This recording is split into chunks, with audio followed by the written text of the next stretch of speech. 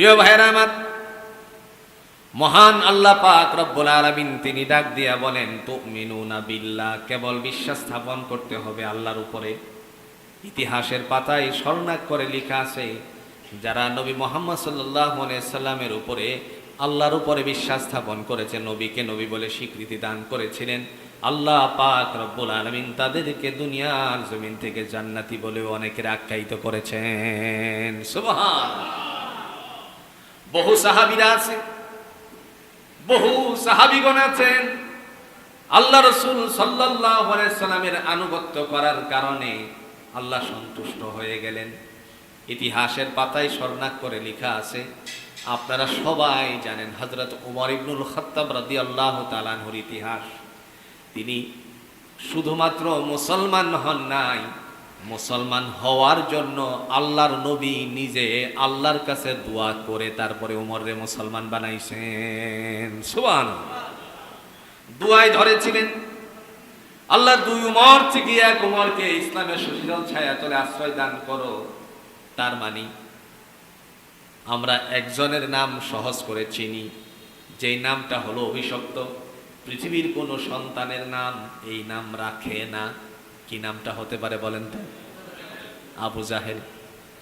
আপনি যদি আপনার অঞ্চলের হিন্দু ভাইদেরকে বলেন, বলো তো তোমাদের সম্প্রদায়ের কাহারও কোনো এরকম নাম আছে নাকি আবু জাহেল? সারা মহল্লা খুঁজে দেখবেন, কিন্তু একজনের নামও খুঁজে পাবেন না আবু জাহেল। এরপরে অন্য অন্য জাতির মানুষের কাছে যদি যান, জিজ্ঞেস করেন আবু জাহেল রে, এখন নতুন আবু জাহেল পাবেন কিনা, দেখবেন এই নামে কাউকে পাবেন না। কারণ আমি ভারতে বহু জায়গায় জিজ্ঞেস করেছি, ত্রিপুরাতে আমি জিজ্ঞেস করেছি, আসামে জিজ্ঞেস করেছি, অনেক গ্রামে ঘুরেছি, লক্ষ্য করেছি, জিজ্ঞেস করেছি, আবু জাহেল নামে কাউকে পেলাম না। ওদের জবান থেকে উচ্চারিত হয়ে আসছিল সেদিন, ওরাই বলছিল এটা হলো অভিশপ্ত নাম, সুতরাং আমরা এটা রাখতে পারি না। আমার ভাইরা, মুসলমানের সন্তান তো তাদের নাম আবু জাহেল রাখাটা চিন্তাও করতে পারে না। জোরে বলেন ঠিক কিনা? নবীজি আবু জাহেলের জন্য দোয়া করেছিলেন, উমরের জন্য দোয়া করেছিলেন, আল্লাহ দুইজনের একজনকে ইসলামের সুশীতল ছায়াতলে আশ্রয় দান করো। কিন্তু আল্লাহ পাক রব্বুল আলামিন আবু জাহেলকে কবুল করলেন না। তার ইসলামের প্রথম জামানার নাম ছিল আবুল হাকাম, তারে কবুল করলেন না। কেন? কারণ আবুল হাকাম জানতো নবী মুহাম্মদ সাল্লাল্লাহু আলাইহি ওয়াসাল্লাম আল্লাহ প্রদত্ত একজন সাক্ষ্যদাতা হিসেবে দুনিয়ার জমিনে আগমন করেছেন। সুবহানাল্লাহ। সে জানতো, কিন্তু উমর জানতো না। সমাজের কিছু মানুষ আছে যারা ইসলাম সম্পর্কে জানে, ইসলামের অনেক রীতিনীতি সম্পর্কে বুঝে, তারপরেও তারা বিরুদ্ধাচারণ করে। এরকম মানুষ জোরে বলেন তো আছে কিনা? জেনে বুঝে যে বিরুদ্ধাচারণ করে, সে কঠিন কালেও সেই কাজের দিকে অগ্রসর হতে পারে না। আর এক শ্রেণীর মানুষ আছে যারা ইবাদত মনে করে করে, ইবাদত মনে করে ভাই এই কাজটা করে, সেও কখনো হেদায়েত প্রাপ্ত হতে পারে না। আপনারা বলতে পারেন ইবাদত মনে করে করে, এইটা আবার কেমন কাজ? একটা উদাহরণ দিলে বুঝবেন। মাজারে মান্নত করেছে, কোথায়? খাসি। খাসি ছেলে যদি হয় তাহলে আমি ওখানে গিয়ে লেন্টার দরবারে গিয়ে একটা খাসি দিব। কিসের দরবার? জীবনে কোনোদিন কাপড়ই পরে নেই, তার দরবারে খাসি নিয়ে যাবে, সে মান্নত করেছে। এখন পরবর্তীতে দেখা গেল একটা ছেলে সন্তান, একজন ছেলে সন্তান আল্লাহ দান করেছেন। কারণ কুফরির সাথে যে জড়িত হয়, আল্লাহ এই জায়গাতে তাকে পরীক্ষা খুব কঠিনভাবে করে থাকে।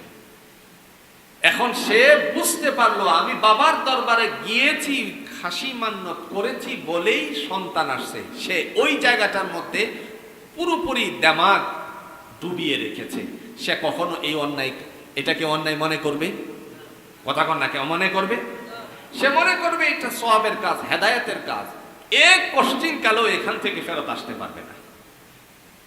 প্রিয় ভাইয়েরা আমার, আমরা সবাই এখানে জানি কোরআন বলেছে আমি আল্লাহ কাউকে ছেলে দেই, কাউকে মেয়ে দেই, আবার কাউকে ছেলেও দেই না মেয়েও দেই না, বন্ধাত্বের মধ্যে রেখে দেই। এই ঘোষণাটা কে দিয়েছেন?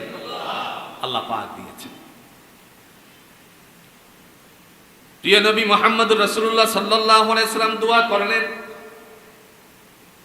হযরত উমর ইবনুল খাত্তাব রাদিয়াল্লাহু তাআলা আনহু সেই দুয়ার মধ্যে পড়ে গেলেন, আল্লাহ তাকে কবুল করেছেন। কিভাবে কবুল করলেন? একদিন মুহাম্মদ সাল্লাল্লাহু আলাইহি সাল্লাম আল্লাহর কোরআন পড়তেছিলেন ঘরে বসে বসে। যারা হজ করেছেন তাদের অবশ্যই জানা আছে, সাফা এবং মারওয়া পাহাড়ের মাঝখান দিয়ে আগে অ্যাক্সেলেটর দিয়ে উঠতো, এখন এটা নাই, বন্ধ।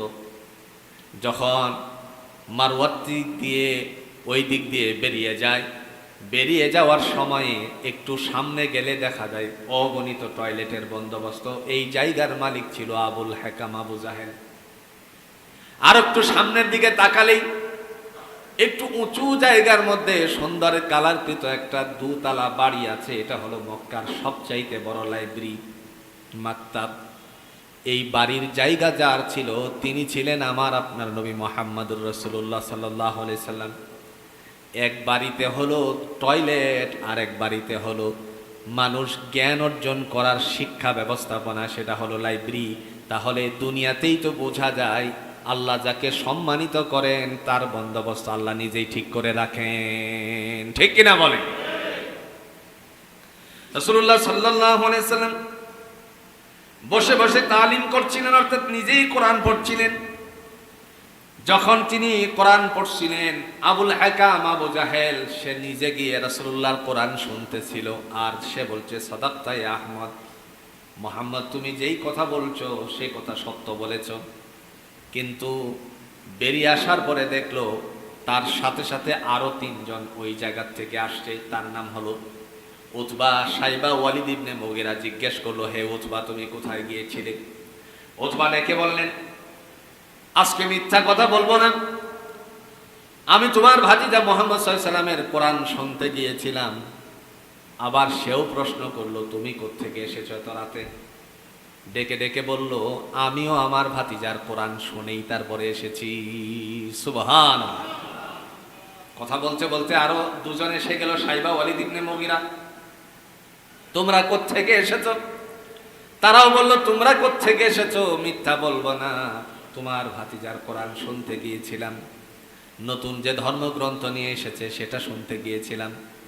এই কথা বলা মাত্রই তারা সলা পরামর্শ শুরু করলো, আমরা যেইভাবে আমাদের ভাতিজার কোরআন শুনতে যাই ওইভাবে যদি মানুষেরা যায় তাহলে তার দলটা ভারী হয়ে যাবে। তার মানে এটাও প্রমাণিত হয় এই কথা থেকে, ইসলামের দলটা ভারী হোক এটা এক শ্রেণীর মানুষ চাই না, ঠিক কিনা বলেন? দলটা ভারী হয়ে যাবে, তোমার ভাতিজার পক্ষের লোক হয়ে যাবে। এই মুহূর্তে আল্লাহ রাব্বুল আলামিনের বান্দা তিনি আবু জাহেল ডাক দিয়ে বলল, কি করা যায়? একজন পরামর্শ দিল, বলছে চলো আগামীকালকে একটা সেমিনারের ব্যবস্থাপনা করি। ঠিক আছে। রাজ্যে ঢোল পিটানো হলো। আগেকার সময় আপনারা জানেন মাইকের ব্যবস্থাপনা ছিল না, যার কারণে অনেক সময় বাজারের কোনো মিটিং থাকলে পরে তখন তারা টিনের মধ্যে আওয়াজ দিত। কথা বোঝেন নাই? কতক্ষণ একটু জায়গার মধ্যে দাঁড়িয়ে টিন বাজাতো, বাজানোর পরে বলতো আগামীকাল 8টা বাজে বাজারের মিটিং আছে, সবাইকে, দোকানদার সবাইকে থাকতে হবে। ওই সময়ে ঢোল বাজালো, যেটাকে ধপ বলা হয়। ধপ বাজানোর পরে লোকেদেরকে জড়ো করে বলল, আগামীকালকে একটা মিটিং আছে, আবুল হাকাম সময় মতো উপস্থিত হবে, তোমাদের সামনে বক্তব্য দিবেন। ওই কথাগুলো বলে তারা যখন চলে যাওয়ার পরে আল্লাহ পাক রব্বুল আলামিনের নাফরমান বান্দা সময় মতো সেখানে হাজির হয়ে বলছে, আমি শুনেছি কে বা কারা যেন আমার ভাতিজা মুহাম্মাদের কোরআন শুনতে যায়, আর একবার যদি কাহারো নাম আমার কাছে ভেসে আসে তাহলে তাকে দুনিয়ার থেকে বিদায় করে দেব। আপনারা সাক্ষী দিয়ে বলেন তো, এর দ্বারা অন্যদেরকে বোঝানো উদ্দেশ্য নাকি নিজেরা যে যায় এটা গোপন করা উদ্দেশ্য? নিজেরা এখানেই প্রমাণিত। এই চারজন মিলেই মিটিং ডেকেছে, আবার ওই মিটিং এর মধ্যে ঘোষণা দিয়ে বলল, খবরদার শোনো, আমার ভাতিজা মোহাম্মদ যেখানে কোরআন তেলাওয়াত করে সেই জায়গার মধ্যে তোমরা পশ্চিমকালেও তার তেলাওয়াত শুনবে না, বরঞ্চ সেখানে হট্টগোল করবে। আল্লাহ কোরআন দলিল পেশ করেছে। وقال الذين كفروا لا تسمعوا لهذا القرآن والغوا فيه لعلكم تغلبون।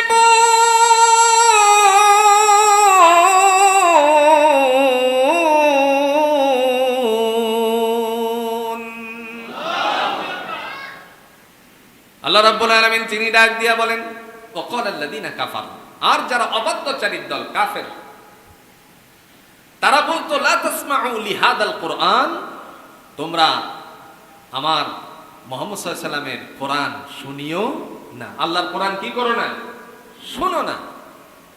ওয়ালগাউ ফীহি লাআল্লাকুম তাগলিবুন, যদি কোথাও শোনাতে সক্ষম হয় সেই জায়গায় তোমরা হট্টগোল সৃষ্টি করবে, যাতে করে অন্তরকরণে না ঢুকে। খালি কানে যাবে, অন্তরে যেন না ঢুকে। মুফাসসির ইকরামগণ লেখেন, যেন অন্তরে না ঢুকে সেই জন্য ওই জায়গাতে আওয়াজ তুলবে, হট্টগোল করবে, নানা ধরনের ঝগড়া ফাসাদ শুরু করে দিবে। আল্লাহ বলেন, যতই হট্টগোল করো, আমার হাবিব মুহাম্মদুর রাসূলুল্লাহ সাল্লাল্লাহু আলাইহি ওয়াসাল্লাম দোয়া করেছেন, আমি এই জায়গা থেকে একজনকে সিলেক্ট করে নিব। কাকে সিলেক্ট করবেন? আবুল হাকাম বলছে, কে আছো আমার ভাতিজা মুহাম্মদ সাল্লাল্লাহু আলাইহি ওয়াসাল্লামকে দুনিয়া থেকে বিদায় করবে? কাহারও শক্তি আছে? কাহারও কোনো সাহসিকতা আছে? আস্তে আস্তে করে মাথা নিচু করতে লাগলো অনেকেই। তার পিছনে কারণ ছিল একটি, আত্মীয়তার সম্পর্ক আছে, বন্ধুত্বের সম্পর্ক আছে, আবার সেখানে মানবতার বিষয়ও নিহিত আছে। কিন্তু একটা মাথা উঁচু আছে, তিনি ছিলেন খাত্তাবের সন্তান ওমর রাদিয়াল্লাহু তাআলা আনহু। মাথাটা উঁচু, তরবারি উঁচু করে বললেন, আবুল হাকাম, আমি পারবো তোমার ভাতিজার দেহ থেকে তার কল্লাকে আলোক করতে, শিরচ্ছেদ করতে আমি পারবো। মুহূর্তের মধ্যে ডাক দিয়ে বলছে, আমি তোমাকেই মনে মনে কামনা করেছিলাম, আর কাহারও প্রতি আমার দৃষ্টিভঙ্গি ছিল না। ডাক দিয়ে বলল, তাহলে তোমার কার্যক্রম শুরু করো। মিটিং শেষ হয়ে গেল, সকলেই সকলের বাড়িতে চলে গেল, কিন্তু ওমর আল্লাহর বান্দা তরবারি হাতে নিয়ে রওনা করলেন রাসূলুল্লাহর বাড়ির দিকে। যেই মাত্র রওনা হলেন, রাস্তার মধ্যে রাসূলের কাছে গোপনে মুসলমান হওয়া একজন আল্লাহর বান্দা, যার নাম ছিল আব্দুল্লাহ, সাক্ষাৎ হয়ে যাওয়ার পরে বলছে, ওমর, খাত্তাবের সন্তান, তুমি কোথায় যাচ্ছ? বলছে, মুহাম্মদের কল্লাকে তার দেহ থেকে আলোক করার জন্য রওনা করেছি। তিনি মুস্কি হাসি দিয়ে বললেন, তুমি কি তোমার মাথাটাকে আল্লাহর নবীর কাছ থেকে ফেরত নিয়ে আসতে পারবে নাকি? সুবহানাল্লাহ। উদ্দেশ্য কি ছিল? তুমি যেইভাবে মাথা উঁচু করে যাচ্ছ, তরবারিও উঁচু করেছ, তোমার এই মাথাটা কালিমার ছায়াতলে নত হয়ে যাবে। ওনার কথা বলার উদ্দেশ্য ছিল এটা। কিন্তু রাগী মানুষ তো, তারে মারলো এক থাপ্পড়, জমিনে পড়ে গেল। জমিনে পড়ে যাওয়ার পর আল্লাহর বান্দা শেষ পর্যন্ত, উনি যখন চলে যাচ্ছিলেন, মাথা উঁচু করে বললেন, ওমর, খাত্তাবের সন্তান, তুমি আগে তোমার বোনের বাড়িতে যাও, গিয়ে দেখো তারাই তো মুহাম্মদুর রাসূলুল্লাহ সাল্লাল্লাহু আলাইহি সাল্লামের কাছে গোপনে মুসলমান হয়ে গেছে। কি বলিস? এবার রাস্তা টান করল, বোনের বাড়ির রাস্তা ধরল। ধরার পর বোন আল্লাহর কোরআন থেকে কিছু পড়তেছিলেন। তাহা মা আনজালনা আলাইকাল কুরআনা লিতাশকা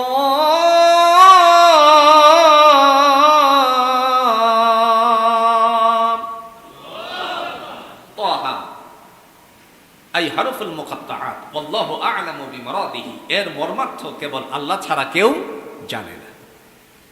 মা আনজালনা আলাইকাল কুরআনা লিতাশকা, নবী আমার আপনাকে ক্লেশ দেওয়ার জন্য কোরআন অবতীর্ণ করিনি। রাসূল সাল্লাল্লাহু আলাইহি ওয়াসাল্লাম অন্যত্র আয়াতে আসছে, কোরআন যখন জিবরাইল আমিন নিয়ে আসতেন খুব তাড়াহুড়া করতেন এটাকে মুখস্থ করার জন্য। আল্লাহ বলছেন আপনাকে কষ্ট দেওয়ার জন্য কোরআন নাজিল করেনি, শুধু শুনে যান, বাকিটা আপনার সিনায় অন্তরকরণে গেঁথে রাখার জন্য, অন্তরকরণে বিদ্ধ করে রাখার জন্য আমি আল্লাহই যথেষ্ট। আবুল হাকাম আবু জাহেলের কথা অনুযায়ী রওনা করার পর প্রতিমধ্যে যখন বোনের কথা শুনতে পেল, ঘরে ঢুকলো, ঢুকে মারতে শুরু করছে।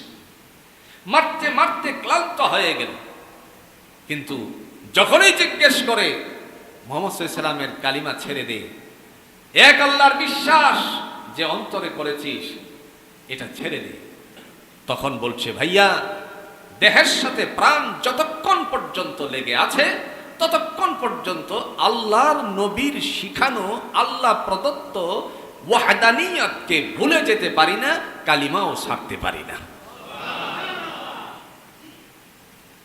সাথে সাথে বলছে বোন আমার তুই যেন কি একটা পড়ছিলি। তিনি বলছেন নবী মুহাম্মদ সাল্লাল্লাহু আলাইহি ওয়াসাল্লামের উপরে যে কোরআন অবতীর্ণ হয়েছে এই কোরআনটা আমি পড়েছিলাম। তার পিছনে কারণ শুধু একটাই ছিল, ওমরের কানে যখন কোরআনের আওয়াজটা পৌঁছে গেল আমার আল্লাহ পাক রব্বুল আলামিন অন্তরকরণে তার জন্য হেদায়েতের একটু বাণী পৌঁছায় দিয়েছেন। কারণ আমার আল্লাহ কোরআন দিয়ে বলছেন দুনিয়াতে যখন ওয়া ইদা কুরিয়াল কুরআনু ফাসতামিউ লাহু ওয়া আনসিতু লাআল্লাকুম তুরহামুন, যখন কোরআন তেলাওয়াত করা হয় তখন তুমি মনোযোগ সহকারে শোনো। কেন শুনবে রে বান্দা? লাআল্লাকুম তুরহামুন, আমি আল্লাহ তোমাদের উপরে দয়া দান করি। সুবহানাল্লাহ, দয়া ঢুকে গেছে। বলছে তুই থাক, আমি চললাম মুহাম্মদ সাল্লাল্লাহু আলাইহি ওয়াসাল্লামের বাড়ির দিকে। আবার রওনা করেছে। আগের রওনাটা ছিল আল্লাহ রাসূলকে দুনিয়া থেকে বিদায় করা, আর এখন রওনার উদ্দেশ্য কি? কথা বোঝেন নাই? এখন রওনা করার উদ্দেশ্য বোনের বাড়ির থেকে দ্বিতীয় ধাপে রওনা করার উদ্দেশ্য হলো রাসূলুল্লাহর কাছে গিয়ে কালিমা পড়ে মুসলমান হয়ে যাও। রাস্তায় তো আব্দুল্লাহ এই কথাই বলেছিলেন, যেইভাবে মাথা উঁচু করে যাচ্ছ তোমার এই মাথাটা ইমানের ছায়াতলে, কালিমার ছায়াতলে, ইসলামের সুশীতল ছায়াতলে নত হয়ে যাবে। গেলেন, যাওয়ার পরে গিয়ে দেখলেন দূর থেকে দুইজন সাহাবী তরবারি নিয়ে একবার এদিকে যায় আরেকবার ওদিকে আসে। কারণ তারা এর কারণ হলো তারা হলো পাহারাদার। নবীজির কাছে দুইজনেই ঢুকলো, গিয়ে বলতেছেন ইয়া রাসূলুল্লাহ, ওমর আপনার দিকে আসছে, আমরা আপনার কাছে আসা এটা কোশ্চিন কালেও দিতে পারি না, কাছে আসার আগেই তাকে চির জাহান্নামে পাঠিয়ে দেব। রাসূলুল্লাহ সাল্লাল্লাহু আলাইহি সাল্লাম মুস্কি হেসে দিয়ে বললেন, ওমরকে তোমরা কোনো বাধা দিও না, আমার কাছে আসতে দাও। চিন্তা করছেন? সোজা আমার কাছে আসতে দাও। সাহাবায়ে কেরামগণ পাহারাদারের দায়িত্বে যারা ছিলেন দুইজনে মিলে বের হয়ে এসে সলা পরামর্শ শুরু করলেন। রাসূল এটা কি বললেন? সে তাকে মারতে আসতেছেন, নবীকে মারতে আসতেছে, এই অবস্থায় তারে আমরা কেমনে ভিতরে ঢুকতে দেই? আবার নবীজির কথার বিরুদ্ধাচরণও করা যাবে না। কেন করা যাবে না? কোরআনেরও দলিল আছে। সূরা নিসার ৮০ নম্বর আয়াতের মধ্যে আল্লাহ রাব্বুল আলামিন বলছেন, দুনিয়ার মানুষদেরকে ডাক দিয়ে বলছেন, খবরদার, মাইয়ুতিউর রাসূলা ফাকাদ আতা আল্লাহ, যারা আমার নবীরে মান্য করে তারা আমি আল্লাহরে মানে। সুবহানাল্লাহ, বিরুদ্ধাচরণ করার কোনো সুযোগ নেই। তবে দুইজনে পরামর্শ করলো, যদি কোনো হট্টগোলের শব্দ শুনতে পাই ভিতরে, সাথে সাথে ঝাঁপিয়ে পড়ব। ঠিক আছে। হযরত ওমর আল্লাহর বান্দা, খাত্তাবের সন্তান, আস্তে আস্তে করে নবী মুহাম্মদ সাল্লাল্লাহু আলাইহি ওয়াসাল্লামের গৃহে তিনি যখন প্রবেশ করলেন, প্রবেশ করার পরে আল্লাহ রাসূল তাকে বসতে দিলেন। ঘোষণা তিনি ঘোষণা দিয়ে বললেন, ওগো আল্লাহর হাবিব, আমি বুঝতে পারি নাই আবু জাহেলের পক্ষ থেকে আপনাকে মারতে রওনা করেছিলাম। প্রতিমধ্যে আপনার একজন সম্ভবত গোপনে মুসলমান হয়েছেন, সে আমার চক্ষুটাকে খুলে দিয়েছে, আমার বোনের কথা বলল, আমি বোনের বাড়িতে গেলাম, বোনরেও মারলাম কালিমা পড়ার কারণে। কিন্তু সে বলছে জীবন যতক্ষণ পর্যন্ত দেহের সাথে লেগে থাকবে, প্রাণ যতক্ষণ আছে ততক্ষণ পর্যন্ত ইসলাম ছাড়বে না। আমার আর বুঝতে বাকি নাই, একমাত্র সিলেক্টেড কৃত ধর্মটার নাম জুড়ে বলেন কি? কোরআন প্রমাণ করেছে ইন্নাদ দীনা ইনদাল্লাহিল ইসলাম, একমাত্র সিলেক্টেড কৃত ধর্মটার নাম হলো ইসলাম। এর ছাড়া যত বাইরের কিছু আছে আল্লাহর কাছে একটাও গ্রহণীয়। কে বলেছেন? وَمَن يَبْتَغِ غَيْرَ الْإِسْلَامِ دِينًا فَلَن يُقْبَلَ مِنْهُ وَهُوَ فِي الْآخِرَةِ مِنَ الْخَاسِرِينَ।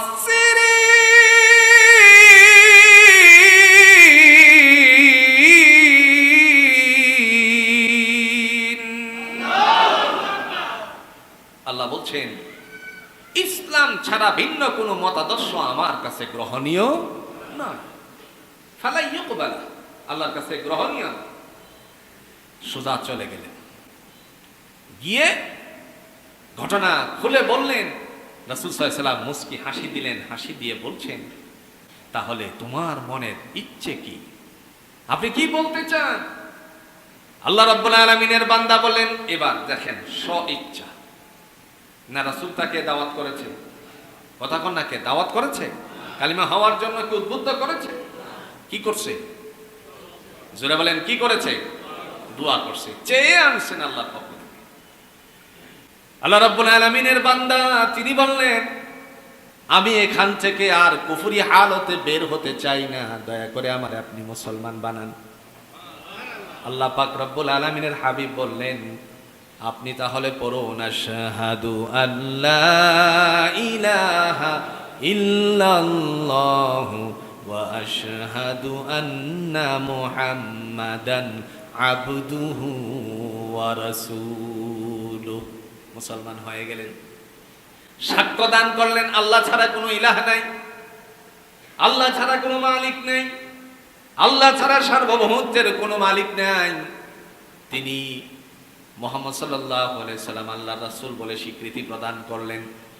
মুসলমান হয়ে যাওয়ার সাথে সাথে অন্তরের ভিতরে নূরটা, হেদায়েতটা, জোরে বলুন, ঢেলে দিয়েছেন কে?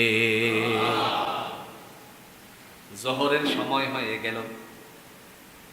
কিসের সময়? জোহরের সময় হয়ে গেল। মুয়াজ্জিন আল্লাহর বান্দা তিনি মসজিদে। তৎকালীন সময়ের যে মুয়াজ্জিন অত্যন্ত কালো মানুষ, হাবশা দেশের একজন মানুষ, নবী মুহাম্মদ সাল্লাল্লাহু আলাইহি সাল্লামকে মহব্বত করার কারণে, রাসূলের কথা শোনার কারণে উমাইয়া বংশের নারীর ঘরের থেকে এসে তারপরে তিনি মুসলমান হয়েছিলেন। আর একটু জোরে বলেন। হযরতে বেলাল, যার মুখের মধ্যে জড়তা ছিল, তিনি যখন কথা বলতেন তখন কথাগুলো বাজতো, কথা ক্লিয়ার বলতে পারতেন না, কিন্তু কোনোদিন আজান দেওয়ার সময়ে কথা, এই যে আওয়াজগুলো, আজানের ধ্বনি, বাক্যগুলো কখনোই তার জবানের মধ্যে আটকা পড়ে নাই। সুবহানাল্লাহ। আপনারাও এখানে যারা এসেছেন প্রমাণ করবেন, কথা বাজে এরকম মানুষ আপনাদের সাথে কি সাক্ষাৎ হয়? যদি হয় তাহলে আপনারা তাদেরকে বলবেন, ভাই তুমি একটু সূরা ফাতিহাটা পড়ো তো। আপনার সাথে কথা বলতে গিয়ে জবানে আটকা পড়বে, একটু বাজবে, জড়তা হবে, কিন্তু আল্লাহর কোরআন পড়লে একবারের জন্য তার জবানে আটকাবে না। এটা প্রমাণ করতে পারবেন না? আমার এই কথাটা প্রমাণ করতে পারবেন না? জিজ্ঞেস করবেন। আল্লাহর বান্দা আজান দেওয়ার জন্য মসজিদের এক পাশে গেলেন, জানালার পাশে গেলেন, গিয়ে বলছে আসসালাত, আবার আরেক পাশে গিয়ে বলে আসসালাত। এটা ছিল ইসলামের প্রথম জামানার আজানের বাক্য। এখন যেভাবে আজান দেয় সেই আজানের বাক্য ইসলামের প্রথম জামানায় ছিল না। নবী মুহাম্মদ সাল্লাল্লাহু আলাইহি ওয়াসাল্লাম সাহাবীদেরকে জড়ো করলেন, তো এখন যারা দেয় এরা পাইলো কই? প্রশ্ন জাগে কি জাগে না? জড়ো করার পরে বলছে মানুষকে একত্রিত করার জন্য বলো কি কি কাজ করা যায়। এক একজন এক একটা বলছে। কেউ বলে যে সিংহা ফৎকার দেওয়া যায়, কেউ বলে আগুন জ্বালিয়ে লেলিহান দেখিয়ে মানুষকে জড়ো করা যায়, নামাজের টাইম হয়েছে। এই সব কিছু সালাতের জন্য ডাকা যায়। রাসূল বললেন না, এটা এক এক কালচারে পরিণত, সুতরাং আমরা মুসলমান হয়ে এই কালচার গ্রহণ করতে পারি না। চলে গেলেন। ঘুমন্ত অবস্থায় রূহুল আমিন, জিবরাইল আমিনের যে সাথীরা আছে, এক ফেরেশতা সামনে দিয়ে যাচ্ছে। একজন সাহাবী স্বপ্নে দেখলেন হাতে আছে একটা বোমা, চুঙ্গা, সিঙ্গা নিয়ে যখন যাচ্ছে, বলছে ভাই একটু দাঁড়াও দাঁড়াও। তিনি দাঁড়ালেন। তিনি কি ভাই? কথা কন না, তিনি কি ভাই? আল্লাহর ফেরেশতা। দাঁড়ালেন। দাঁড়ানোর পরে বলতেছে তোমার হাতের এই জিনিসটা আমাদেরকে দিয়ে দাও না। তো কি করবে? তো মানুষকে আওয়াজ দিয়ে নামাজের জন্য, সালাতের জন্য একত্রিত করব। তো আমি কি তোমাকে আরেকটা বাণী শিখিয়ে দিব। কি বাণী? কালিমাতুল আজান। এই বর্তমান সময়ে যে আজান হয়, এই আজানের বাক্যসমূহ ফেরেশতার পক্ষ থেকে সাহাবীকে শিক্ষা দিলেন। রাসূলুল্লাহ সাল্লাল্লাহু আলাইহি ওয়াসাল্লামের কাছে এসে যখন বললেন, নবী মুহাম্মদ সাল্লাল্লাহু আলাইহি ওয়াসাল্লাম বললেন, কতই না সুন্দর বাক্য, আজকের থেকে এটা দিয়েই আজান দেওয়া হোক। চিন্তা করছেন? আল্লাহ রাব্বুল আলামিন রাসূলকে জানিয়ে দিলেন, না এটাই ঠিক, এটাই দিয়ে আজকে শুরু করেন।